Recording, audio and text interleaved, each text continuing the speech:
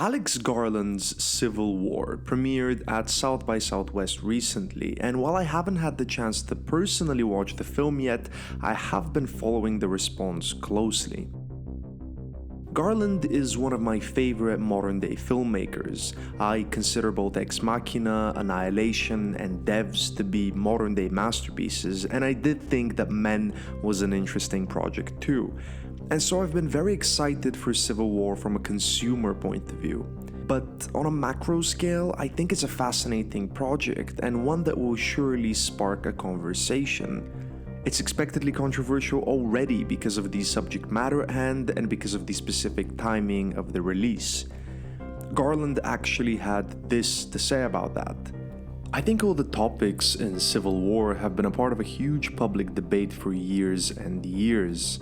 I wrote this in June 4 years ago. There was an election coming and we're dealing with COVID. The same conversations as now, identical.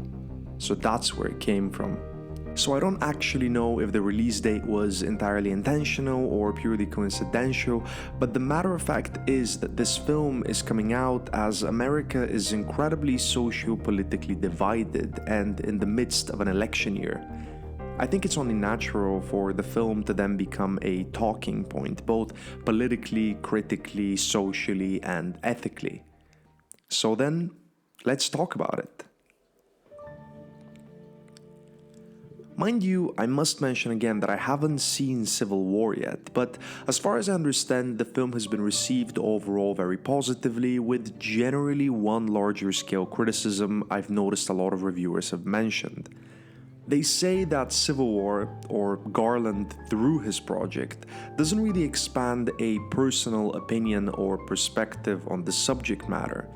As far as I understand, critics are saying that the film is a very objective representation of what an actual civil war might look like in the United States, but not necessarily a comment on the morality of said war or the repercussions of it. I would not want to make like a lecture. I'm not interested in trying to assert my opinion particularly, but I am interested in asking questions. Some people have mentioned that this is on brand for Garland, as he's a very visual filmmaker, but I actually disagree. It is true that Garland focuses a lot on world building and story through aesthetics,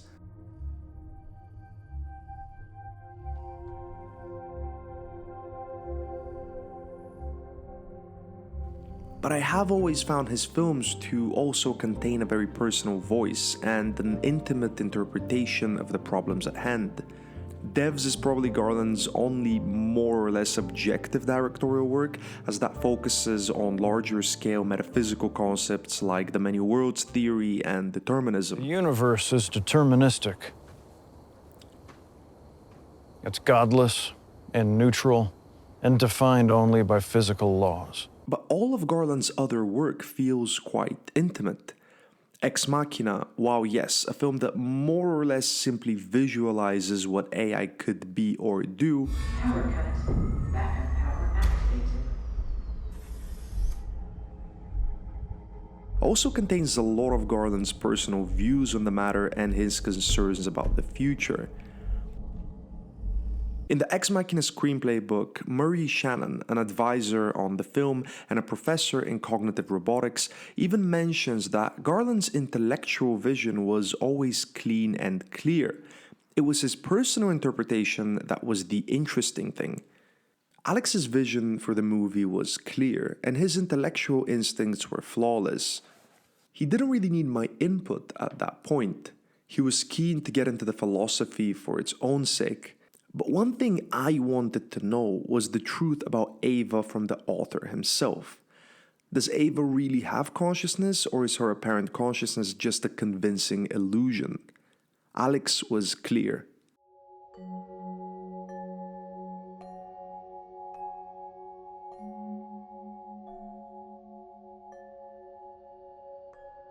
Annihilation is really about love and relationships, and Men is perhaps Garland's most personal film, a clear representation of his thoughts on feminism and toxic masculinity. So considering his past work, I find it difficult to believe Garland's biggest project yet to be completely objective.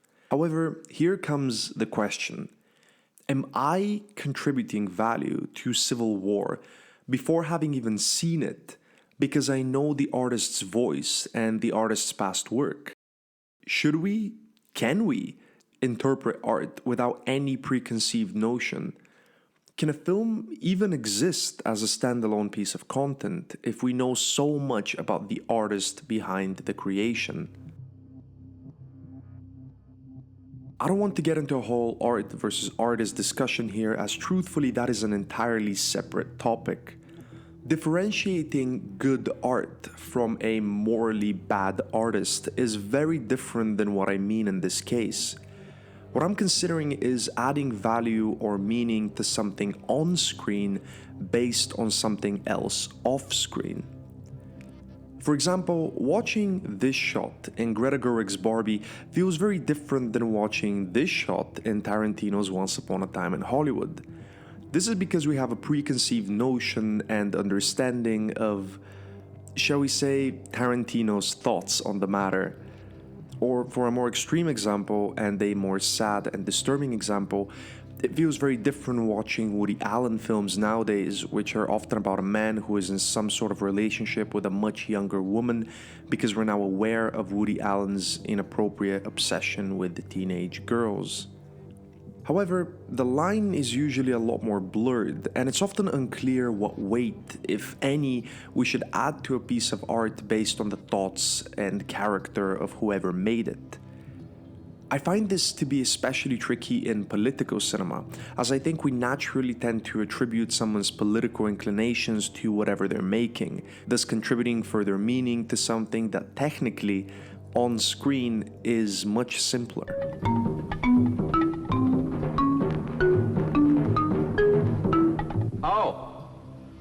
We are aware what Adam McKay and Leonardo DiCaprio think of the current climate crisis, so the metaphor in Don't Look Up becomes clear as day. We can only say with complete certainty that Don't Look Up is about climate change because we know more about the creators. On screen, this film is simply about a comet hitting Earth. That is a very black and white example, but I think a much better example is Sam Esmail's Leave the World Behind. This project is produced by Barack and Michelle Obama, which led a lot of people online to a lot of speculation. Is there a deeper meaning to the story? Is Obama trying to tell us something? Is this film some sort of warning? Is something like this possible and happening in the real world? We would perceive Leave the World Behind as a simple disaster film, but because of Obama's involvement, because we know more about the artist and their background, we add a lot of further value to the art piece. I do think this is only natural. I think that's probably what I'm doing with Civil War now by doubting critics. I don't believe the film can be entirely objective, as I feel I can assume Garland is anti-war. But then again, if a film about war is entirely objective, doesn't that inherently make it an anti-war film? Since an entirely objective representation of war would present the terrifying reality that is war. Maybe then Garland's unbiased perspective becomes his personal voice. He doesn't need to necessarily take a clear stand on the issue, as simply presenting the reality of the situation is enough to make his opinion clear. But of course, here's where also another controversy comes. Are war films, to an extent, almost always glamorizing war? Is it ethically appropriate to release Civil War at a time when a lot of people are discussing the vague possibility of an actual Second American Civil War? French filmmaker François Truffaut is quoted as saying, "There is no such thing as an anti-war film," meaning that any war or anti-war film will always, to a certain extent, glamorize the idea of war, present the camaraderie between soldiers, portray epic battles in heroic detail, etc., etc. Most war films are not really anti-war. They're seduced, or there's action, or there's certain kind of adrenaline and super cool music, and you don't walk out of it feeling anti-war. Yes, it's true that many war films do glamorize war and do develop a lot of similar ideas by glorifying and even romanticizing the action, but there are plenty of exceptions to the rule. I don't know if you know a film called Come and See. If you were to watch that by comparison, you'd think, okay, Come and See, that's an anti-war film. That does not seduce you don't want to go anywhere near that place. So it's... I'd even quote a recent example here, the 2022 remake All Quiet on the Western Front. Shut up! That's enough! There is absolutely nothing glorifying war in that film, and I'd be very shocked if anybody saw the picture and left the cinema romanticizing the idea of living that reality. Or even more recently, The Zone of Interest, which takes things a step further. There have been films about perpetrators, and a lot of those examples have shown perpetrators quite villainous, not us. So I wanted to avoid the artifice of cinema. I wanted to look at them more forensically. I completely agree that The Zone of Interest is an objective and forensic representation of life in Auschwitz, but that doesn't mean that the film lacks voice.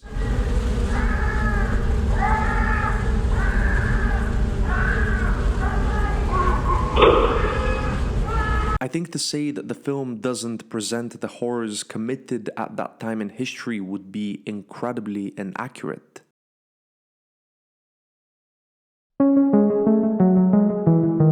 Ultimately, I think there is no way for Garland to win here. He's getting criticism already for allegedly not having a clear stance on the issue in civil war. I think to get such criticism is fair to an extent, as war is such a heavy subject, so I understand why people might think a personal interpretation and a clear message would be necessary. But personally, I do believe that simply presenting the horror of war visually, as it is such a heavy subject, can be enough and can function as a sort of personal interpretation on its own. Garland doesn't need to say anything himself. The reality of the situation says enough already. If he did decide to take a clear stance, if he promoted his film with a clear anti-war message, or even more extremely, if he took a political side between the left and the right, well then everybody on the other side would slam him and his film because of his personal opinion on the matter. So maybe an unbiased perspective is the way to go. He would then get criticism for not taking a clear stance, as it has happened, but at least the project is taken seriously due to its realism and not signed off as propaganda coming from either side. But honestly, I just can't wait for Civil War. I can't know any of these things before I watch the movie, and I'm sure a lot of my questions will be answered and a lot of my opinions solidified. But if I understand Alex Garland, and creatively I think I do, then one thing is clear. No matter the subject line, I know with complete certainty that we're in for one hell of a ride. What? Well, you're American, okay? Okay. What kind of American are you? You don't know?